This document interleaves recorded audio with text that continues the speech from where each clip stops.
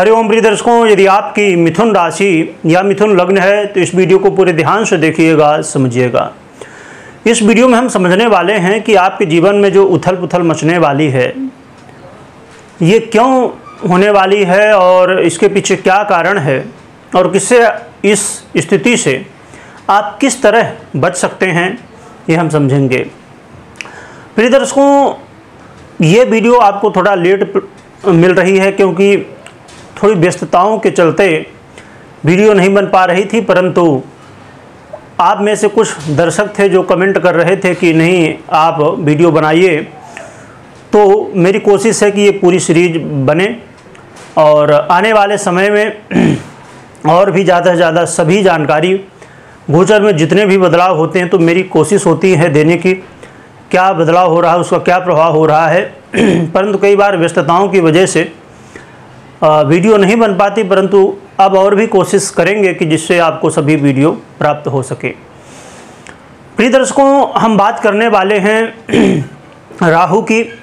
आपने सुना भी होगा, कई सारी वीडियो आपने देखी होगी। प्रिय दर्शकों, राहु अपनी स्थिति में परिवर्तन करने जा रहे हैं, तो आपके जीवन में बहुत महत्वपूर्ण स्थान है राहु का, क्योंकि राहु इस समय देवगुरु बृहस्पति की राशि मीन राशि पर गोचर कर रहे हैं 30 अक्टूबर 2023 से, पिछले वर्ष से। तो यहाँ पर गोचर तो कर रहे हैं, अभी भी मीन पर ही गोचर करेंगे क्योंकि एक राशि में 18 महीने तक गोचर करते हैं। परंतु वर्तमान में राहु ने अपने चरण में परिवर्तन किया है। राहु अभी तक मीन में ही गोचर कर रहे हैं देवगुरु बृहस्पति की राशि पर, और रेवती नक्षत्र यानी कि बुध के नक्षत्र में ही गोचर कर रहे हैं। परंतु ये जो नक्षत्र होते हैं तो 4 चरण होते हैं, तो उसमें से ये चतुर्थ चरण, तृतीय और द्वितीय अब प्रथम चरण में गोचर कर रहे हैं, क्योंकि राहु और केतु हमेशा उल्टा चाल चलते हैं, आपको पता है। और बाकी ग्रह होते हैं तो जैसे प्रथम चरण, द्वितीय, तृतीय, फिर चतुर्थ, फिर अगले नक्षत्र में, परंतु राहु केतु उल्टा चलते हैं। इस समय राहु का भी चरण परिवर्तन हुआ है। रेवती नक्षत्र के प्रथम चरण में गोचर करना प्रारंभ किए हैं।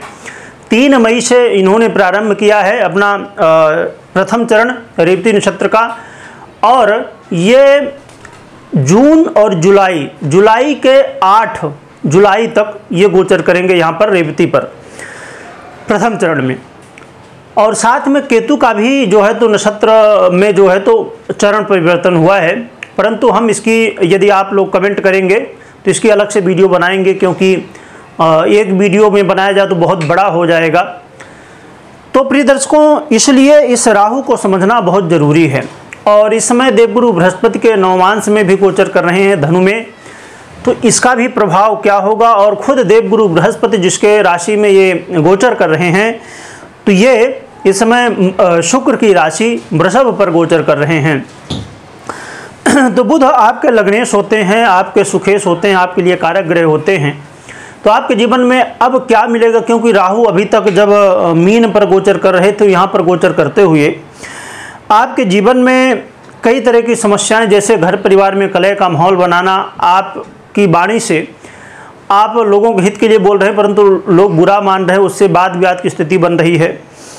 घर परिवार में जमीन जायदाद का यदि कोई ऐसा मामला था, उसमें और ज़्यादा फंस जाना, आपके सुखों में, मतलब जीवन में सुख शांति जैसे खो गई हो, ऐसी स्थिति।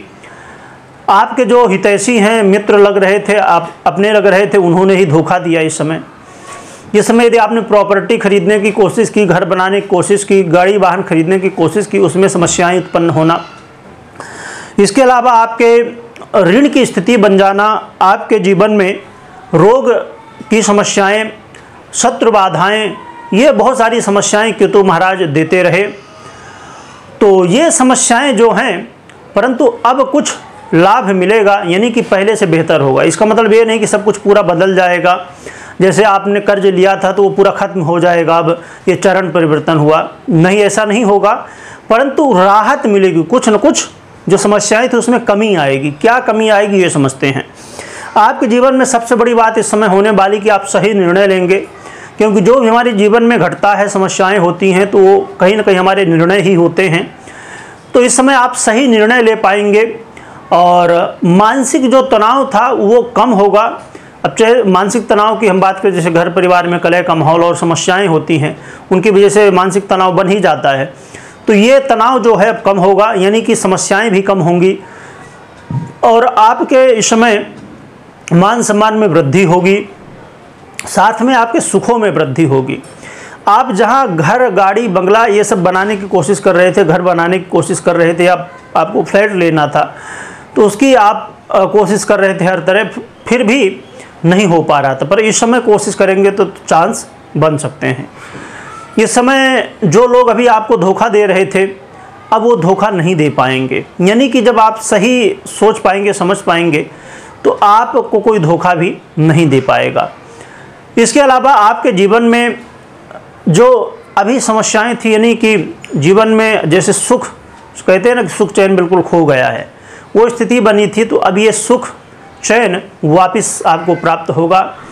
आपके जीवन में चाहे आप ऐसा काम करते थे कि जो लोगों से संबंधित है, यानी कि अब जैसे अब कहा जाए कि आप वकील हैं, या आप प्रॉपर्टी डीलर हैं, या आप जज हैं, या आप मोटिवेशनल स्पीकर हैं, या आप क्रिएटर हैं, ऐसे काम जहां पर कहीं न कहीं देखा जाए कि ज़्यादा से ज़्यादा काम लोगों द्वारा है, लोगों से संबंध है, तो ऐसे कामों में भी अब सफलताएं देखने को मिलने वाली हैं।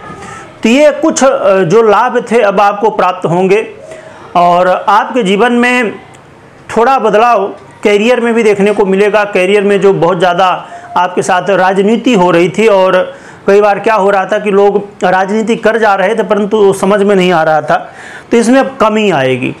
इसका मतलब, जब मैंने पहले ही बताया कि पूरी तरह से तो नहीं, पर हाँ पहले से अब बेहतर होगा।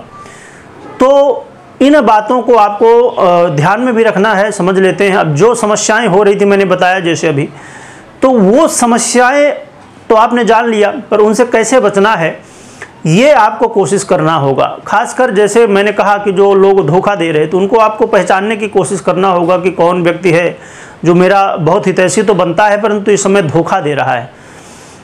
ये चीज़ को आपको ध्यान में रखना होगा। अपने जो राज हैं अपने तक रखिए, और आपका जो स्वभाव है बहुत जल्दी जो है तो किसी से आप मतलब कहा जाए कि किसी ने धोखा भी दिया और फिर प्रेम दिखाना शुरू किया, तो आप प्रसन्न हो जाते हैं कि चलो भाई धोखा दिया था पर अभी तो साथ दे रहा है, तो इससे खुश हो जाते हैं, इसकी बात मान लेते हैं। तो आपको पूरी तरह से, ठीक है लोगों से मिल जुल के ही रहना चाहिए, परंतु अपनी नज़र को थोड़ा सा तिरछी भी रखिए, यानी कि नज़र भी बनाए रखिए और काम भी अपना करते रहिए। इस समय आपको किसी के बहकावे में नहीं आना, यानी कि किसी के कोई निर्णय आपको दे रहा है कि ऐसा कर लो, वैसा कर लो, ये कर लो, वो कर लो, इस चक्कर में नहीं पड़ना है। आपको खुद सोचना है, समझना है, जब सही लगे तभी आपको कोई काम करना है। किसी के बताए रास्ते में चलना इस समय ठीक नहीं होगा। तो ये चीज़ों का आप ध्यान रखें। और हम उपाय की बात करते हैं, क्योंकि ये जो समस्याएं हैं राहु महाराज, तो इनसे आपको बचना होगा। तो आप नित्य प्रति माँ जगदम्बा की आराधना कर सकते हैं। माँ जगदम्बा जिसे दुर्गा चालीसा है इसका पाठ कर सकते हैं, या अन्य पाठ जो भी मंत्र आपसे बनते हों, पाठ बनते हों, उनका पाठ आप कर सकते हैं। कोशिश करें यदि पाठ करें तो ज़्यादा बेहतर रहेगा, क्योंकि ये प्रार्थना एक तरह से हो जाती है और प्रार्थना से माँ जगदम्बा बहुत प्रसन्न होती हैं। तो आप कोई न कोई पाठ कर सकते हैं। सबसे आसान दुर्गा चालीसा है, या तो कुंजिका स्तोत्र का, या अन्य जो भी आप, जैसे दुर्गा जी का 32 नाम माला है उसका कर सकते हैं, या जो भी आपसे बनता हो। तो ये करें जिससे आपके जीवन में और भी ज़्यादा उन्नति प्रगति हो, जो समस्याएं हैं वो माँ जगदम्बा की कृपा से कम हो। तो ये समस्याएं थी, यदि तो आप बता सकते हैं कि हाँ ये समस्याएं आपके जीवन में थी जो मैंने बताई, तो फिर इससे बचने का रास्ता भी मैंने बता दिया है। और एक बात जो मैं हमेशा कहा करता हूँ कि आपकी जन्म कुंडली को चेक करना बहुत ज़रूरी है, क्योंकि अब जैसे हमने बात की, अब संभव है कि आपकी कुंडली में बुध हों, देवगुरु बृहस्पति हों, राहु हों, ये बहुत अच्छी स्थिति में हों, तो फिर ये हो सकता है कि ये जो मैंने बताया वो आपके साथ घटित ना हुआ हो, समस्याएं आपके जीवन में ना आई हो और भी बेहतर हुआ हो। इसलिए कोई भी निर्णय लेने से पहले आपको अपनी कुंडली चेक करना चाहिए, क्योंकि जो मैं बता रहा हूँ तो ये गोचर के आधार पे है। तो गोचर और कुंडली दोनों को मिला के ही हम कोई निर्णय ले सकते हैं। तो इसलिए बिना चेक किए कुंडली विश्लेषण के कोई भी निर्णय नहीं लेना। या तो कुंडली विश्लेषण खुद कर लीजिए आप जानते हैं तो, या तो कुंडली दिखा के फिर निर्णय लीजिए। वीडियो देखने के लिए बहुत बहुत धन्यवाद।